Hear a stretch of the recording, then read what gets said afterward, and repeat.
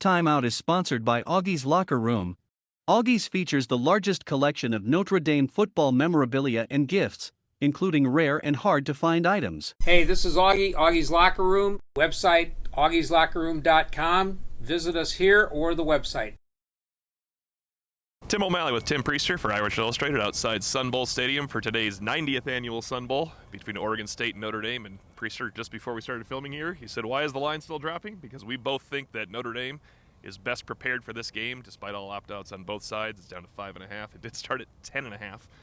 We both see a low-scoring game, especially for Oregon State, but it was one thing that Notre Dame could be vulnerable for defensively, and it is definitely not at the front seven.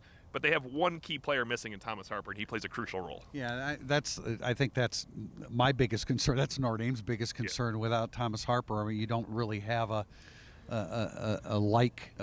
comparison to put at that position. Clarence Lewis, you know, the deeper into Clarence Lewis's career, the less effective he's been. Now he's going to have a great opportunity today.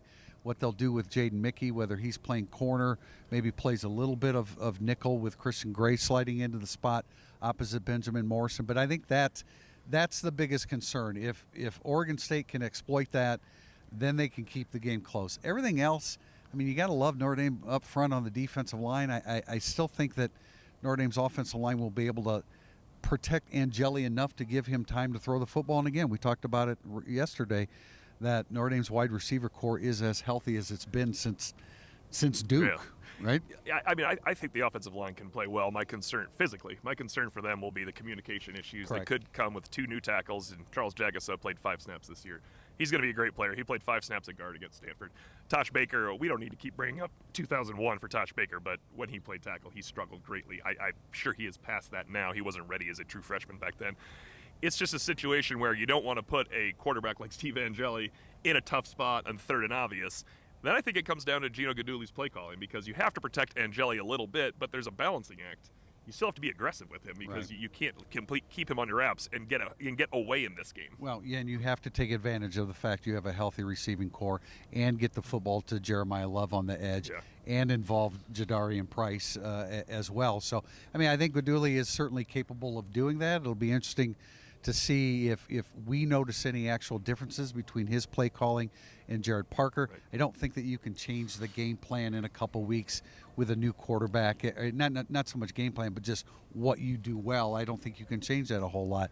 At the end of the day, Notre Dame's defense should hold this Oregon State offense to, I think the over-under on it is like 17.5. I think it should be lower than that. We were generally all in the 13-point range.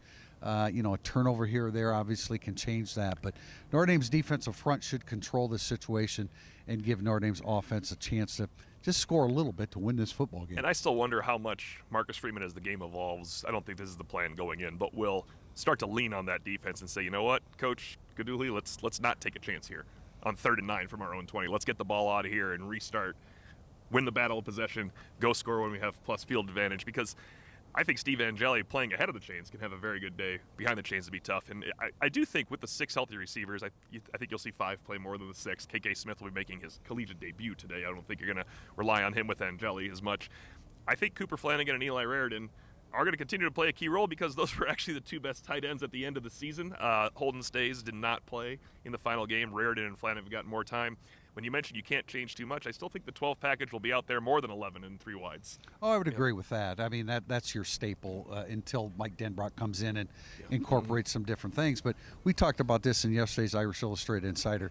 Al Golden is going to be extremely aggressive against a makeshift offensive line for Oregon State, a quarterback that's not nearly as mobile as the 2 quarterbacks that opted out ahead of him. There's no reason for Al Golden to be anything but extremely aggressive. And I think Al Golden, I mentioned this a couple times, look, when they play Tennessee State, when they play Central Michigan, no matter who they face, they keep encountering an offense that shows something they've never seen before on film. And you know that's not an excuse, because then Al Golden shuts everybody down after he's seen that. There's that one easy drive. If Oregon State's one easy drive, when Notre Dame doesn't know what they're running early on, is a field goal or no points at all, then Oregon State's in a lot of trouble.